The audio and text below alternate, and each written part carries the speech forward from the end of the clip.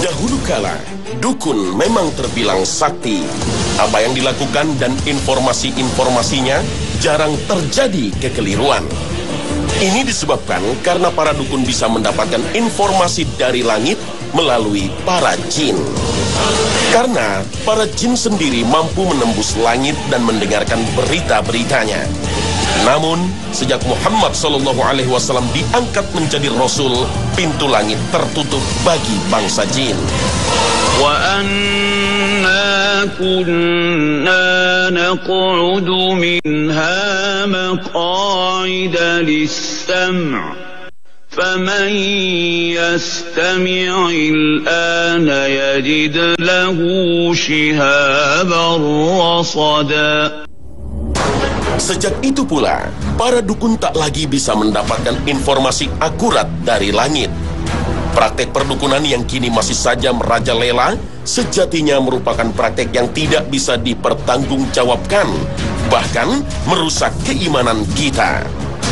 Rasulullah SAW bersabda, barang siapa yang mendatangi seorang dukun dan bertanya sesuatu, maka dia tidak akan diterima solatnya selama 40 hari. Hadis riwayat Muslim.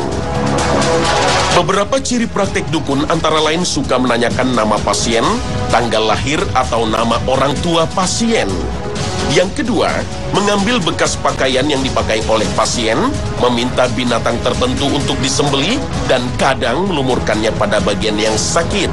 Menuliskan mantra-mantra yang tidak jelas dan bukan berasal dari Al-Quran, atau memerintahkan pasien untuk melakukan ritual-ritual tertentu.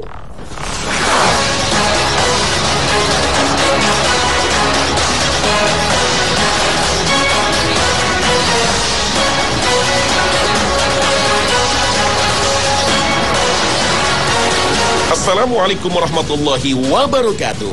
Selamat pagi pemirsa Trans 7.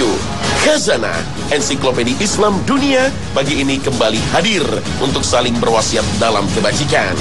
Semoga Allah Ta'ala senantiasa menjaga kita dari berbagai godaan setan yang terkutuk. Assalamualaikum warahmatullahi wabarakatuh. Apa kabar pemirsa Khazanah Trans 7 yang dicintai oleh Allah? Insya Allah kabar baik ya. Alhamdulillah, hari ini kami di Pantai Ancol ingin membawakan sebuah dalil yang sangat spesial.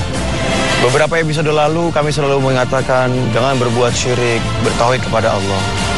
Karena memang itu adalah hak Allah untuk disembah dan hak Rasulullah untuk diikuti. Ya, itu hak pertama. Hak dalam ibadah adalah menyembah Allah dengan mengikuti Rasulullah SAW. Apa hak yang ada di bawahnya persis? Allah menjelaskan wa qadha rabbuka alla ta'budu illa iyyah wa bil walidaini ihsana. Dan sungguh telah kami wajibkan bagi kalian untuk hanya menyembah Allah dan tidak menyembah selain Allah. Setelah itu wa bil walidaini ihsana, dan kepada kedua orang tua hendaknya berbuat baik. Dalam episode ini saya akan mengajak Anda untuk melihat kisahnya seorang teman, seorang muslim yang beliau sempat terjerumus ke dalam dunia kesyirikan. Waktu berobat pun diantar terus oleh ibunya. Ya, sampai akhirnya Allah menunjukkan kepada ruqyah syariah dan akhirnya tergerak untuk bertobat kepada Allah dan bertekad kuat untuk memperbaiki hubungannya dengan orang tuanya, untuk bertobat kepada orang tuanya. Semoga Allah menerima tobat beliau, tobat kita semua, dan semoga kita bisa mengambil banyak pelajaran dari episode ini.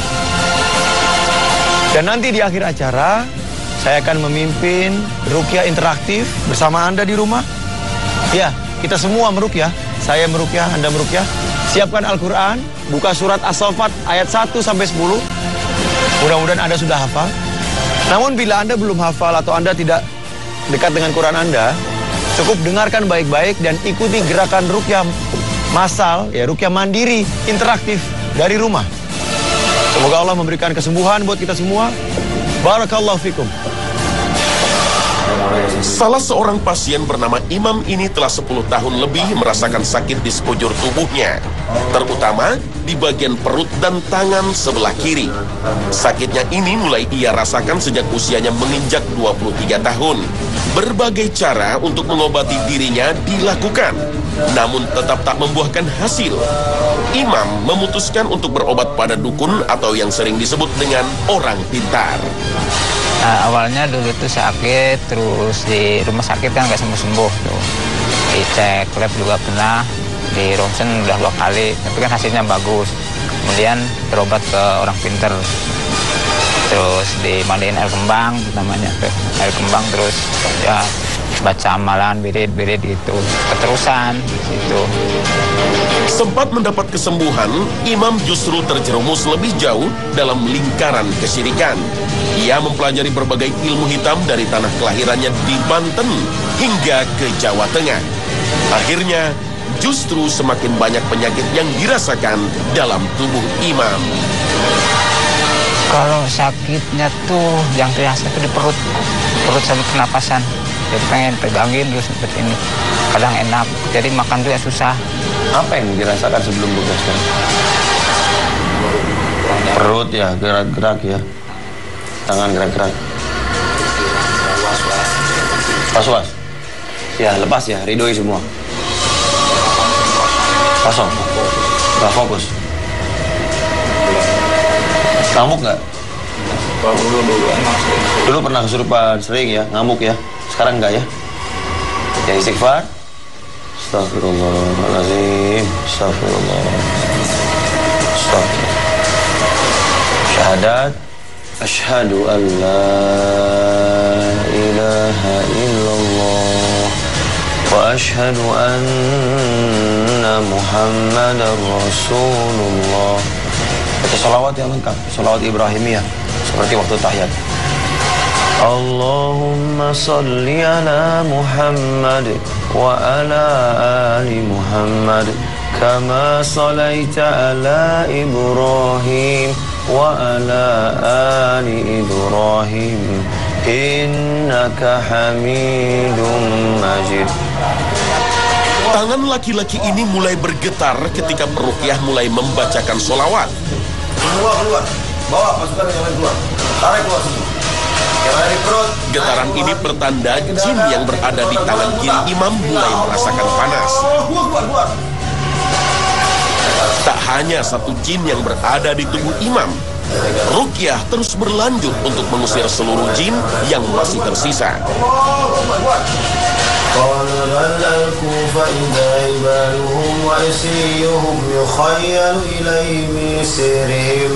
Siapa jin yang ada di sini? Siapa jin yang ada di sini namanya? Ifrit. Kamu bohong ya? Kamu jin Ifrit. Ngapain di sini terus? Dolim. Kenapa belum mau keluar? Terasap. Kenapa? Terasap kenapa? Di bapaknya kan udah. Dia anak ini kan nggak kuat bapaknya. Kenapa kau jadi marah sama bapaknya? Sama anak ini? Ruqyah tidak hanya mengobati orang yang terkena sihir atau gangguan jin. Lebih jauh, misi dakwah terasa kental dalam proses ini. Karena bangsa jin yang juga memiliki tanggung jawab terhadap pelaksanaan ajaran agama juga perlu mendapat seruan dakwah. Jika mereka termasuk jin kafir, peruqyah akan mengajaknya masuk Islam dengan mengucapkan syahadat. Asyhadu alla ilaha illallah wa asyhadu anna Muhammadan Rasulullah. Kedua tangan imam melakukan gerakan seolah menarik-narik sesuatu yang panjang dari dalam mulutnya. Iya, nggak tahu tadi waktu suruh itu, kok tangan tuh kayaknya narik yang dari dalam. Nggak tahu. Nggak tahu yang ditarik apa. Saya buka sendiri terus narik aja gitu. Refleks. Proses ruqyah sebaiknya dilakukan ketika badan pasien dalam kondisi yang baik. Ketika kondisi fisik mulai lelah dan menurun, proses ruqyah sementara dihentikan dan dilanjutkan setelah kembali membaik. Nampaknya ini Mas imamnya kurang fit, ya. Kalau kurang fit memang sebaiknya di stop dulu. Jangan dipaksa. Karena untuk berjuang mengeluarkan jin-jin itu bagi orang yang kena sihirnya itu butuh energi besar, ya. Dan nampaknya ini butuh waktu lagi untuk meruqyahnya. Jangan menyerah ya Mas Imam. Ada lebih baik kita coba ruqyah di pantai ya. Pada ruqyah berikutnya, imam dibawa ke pantai. Menurut hadis, di lautan sesungguhnya terdapat kerajaan iblis. Dalam riwayat Imam Ahmad, Rasulullah bersabda, "Apa yang kamu lihat?"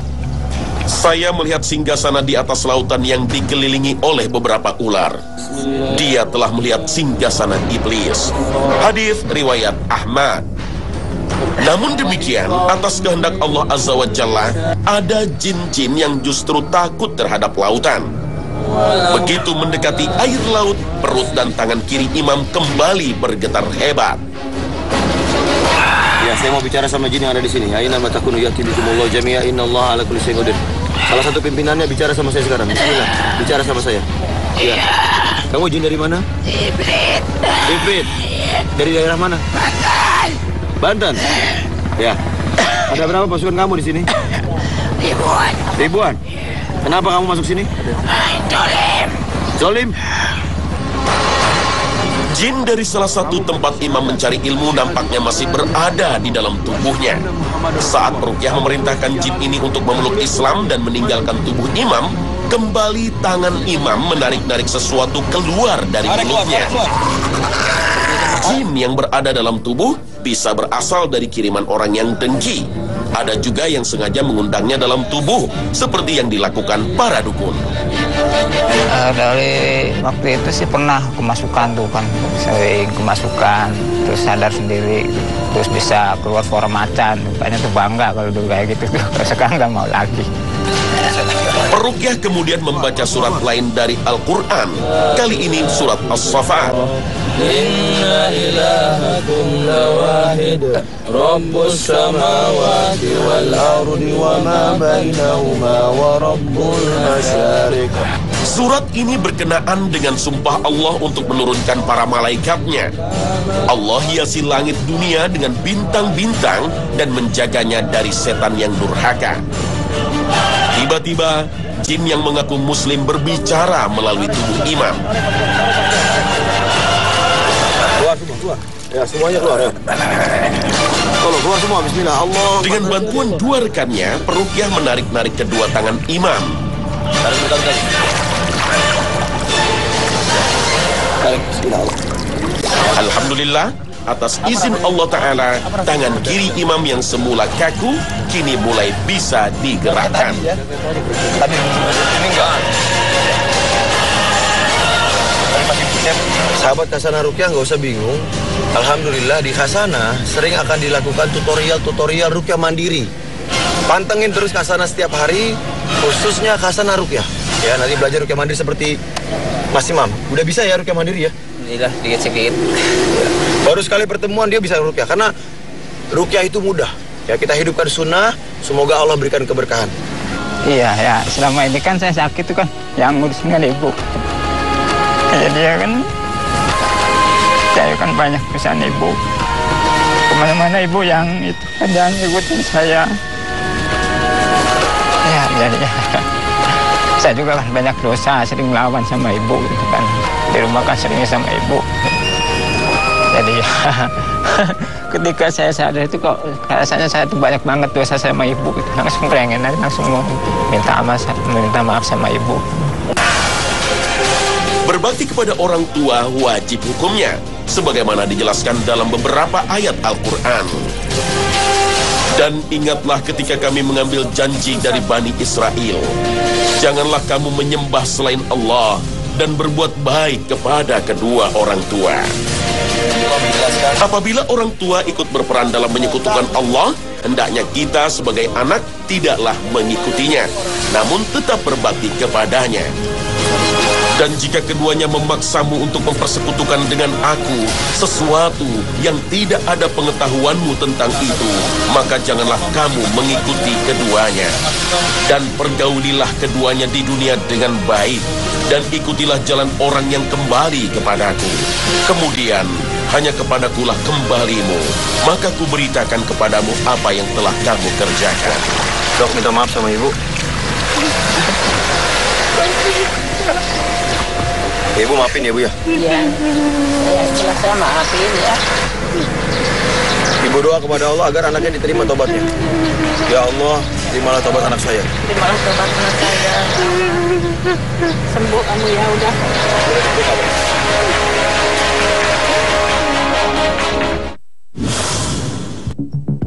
Bismillahirrahmanirrahim. Sudah wudhu ya? Sudah wudhu, sudah ada plastik. Kalau ada muntah, udah ada tisu buat ngelap kalau misalnya muntah. Kita mulai ruqyah interaktif dari rumah dan bersama kami di sini menggunakan membacakan ayat As-Saffat ayat 1 sampai 10. Gerakannya seperti yang kemarin. Tempelkan kedua telapak tangan Anda pada bagian tubuh Anda yang tidak nyaman. Yang di kepala tempelkan di kepala. Ya, seperti itu. Yang di leher tempelkan di leher, yang di dada, yang di perut di perut. Ya, silakan. Kalau saya contohkan sebagian di perut dan sebagian di dada. Yang kanan saya taruh di sini, yang kiri di sini. Ya.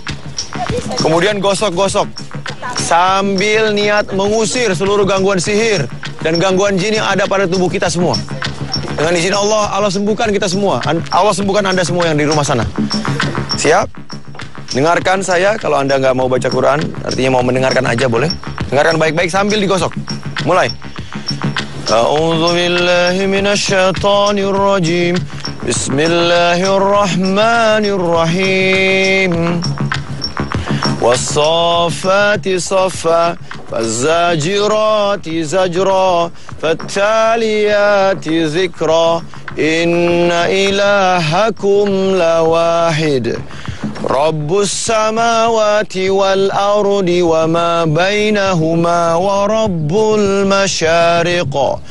Inna zayyana as-samaa ad-dunya bizinatinil kawakib wa hifdhan min kulli syaitanin marid. لا يسمعون إلى الملأ الأعلى ويقذفون من كل جانب دحورا ولهم عذاب واصب إلا من خطف الخطفة فأتبعه شهاب ساكب. Tiupkan ke dada dan perutnya atau ke bagian tubuh yang Anda ada gangguannya. Tiup lagi dengan niat mengusir. Tiup dengan niat makin panas. Tiup terus. Niat mengusir. Makin panas. Dan cengkeram di bagian yang tidak nyaman tadi, cengkeram. Tarik keluar. Bismillah. Allahu Akbar. Tarik keluar. Dorong keluar. Muntahkan. Sekali lagi. Tiup. Cengkeram. Tarik keluar. Allahu Akbar. Sekali lagi, tiup, cengkeram, tarik keluar. Ya, kita lakukan lagi. Misalnya di kepala ya. Siap. Niat mengumpulkan sihir-sihirnya dan mengusir semua. Bismillahirrahmanirrahim. Was-saffati saffa, faz-zajirati zajra, fattaliyati zikra. Inna ilahakum lawahid. Rabbus samawati wal ardi wa ma bainahuma wa rabbul masyariq. Inna zayyana as-samaa ad-dunya bizinatinil kawakib wa hifdhan min kulli syaitanin marid. La yasma'una ilal mala'il a'la wa yuqzafuna min kulli janib duhura wa ولهم عذاب واصب إلا من خطف الخطفة فأتبعه شهاب ثاقب. Tiup ke tangan, tarik yang ada di kepala, tarik. Bismillah, Allahu Akbar. Muntahkan, lagi, Allahu Akbar. Lagi, Allahu Akbar. Ya, sekarang misalnya ada di tangan. Misalnya ada di tangan kiri lah. Ya, baca lagi as-saffat sambil niat ngeluarin. Seperti ini. Bismillahirrahmanirrahim. Was-saffati saffa, faz-zajirati zajra, fat-taliyati dhikra. Inna ilahakum lawahid, Rabbus samawati wal ardi wa ma bainahuma wa rabbul masyariq. Inna zayyana as-samaa'a ad-dunya bizinatinil kawakib wa hifdhan min kulli syaitanin marid. La yasma'una ilal mala'il a'la wa yukzafuna min kulli janib. Duhuran wa lahum azabun wasib illa man khatifal khatfata fa'atba'ahu shihabun sakib. Anda bisa mengulang-ulang di rumah dengan panduan yang tadi saya berikan. Boleh di sini kalau memang banyak gangguan terasa di dada dan perut. Boleh di kepala kalau memang gangguannya banyak di kepala. Dan boleh di tangan, di kaki, dimanapun bagian tubuh Anda. Pegang di sana, gosok-gosok di sana, bacain di antaranya surat As-Saffat ayat 1-10, tiup dan kemudian tarik keluar. Semoga Allah menyembuhkan kita semua, menjaga Anda dan keluarga, menjaga kita semua, dan semoga Allah menjadikan negeri ini negeri yang berkah. Semuanya menjadi ahlu tauhid. La ilaha illallah Muhammad Rasulullah. Demikian sahabat Hasanah Ruqyah yang dirahmati oleh Allah. Anda bisa melakukannya diulang-ulang di rumah, di waktu-waktu misalnya setelah sholat, atau kapanpun Anda punya waktu. Ya, tapi saran saya, kuatkan tauhid, bersihkan tauhid, bersihkan jiwa dari segala bentuk penyakit hatinya, sampah-sampah energi, emosi negatif, buang semua. Dan lakukan ruqyah syariah secara rutin sampai Anda sembuh, sampai Allah menurunkan pertolongan. Jangan merasa lemah, jangan merasa takut, jangan bilang, kapan sembuhnya? Cukup mendekat kepada Allah, bersihin diri, taubat, dan lakukan ruqyah syariah. Semoga Allah memberkahi negeri ini, semuanya menjadi ahlu tauhid. Barakallahu fikum. Assalamualaikum warahmatullahi wabarakatuh.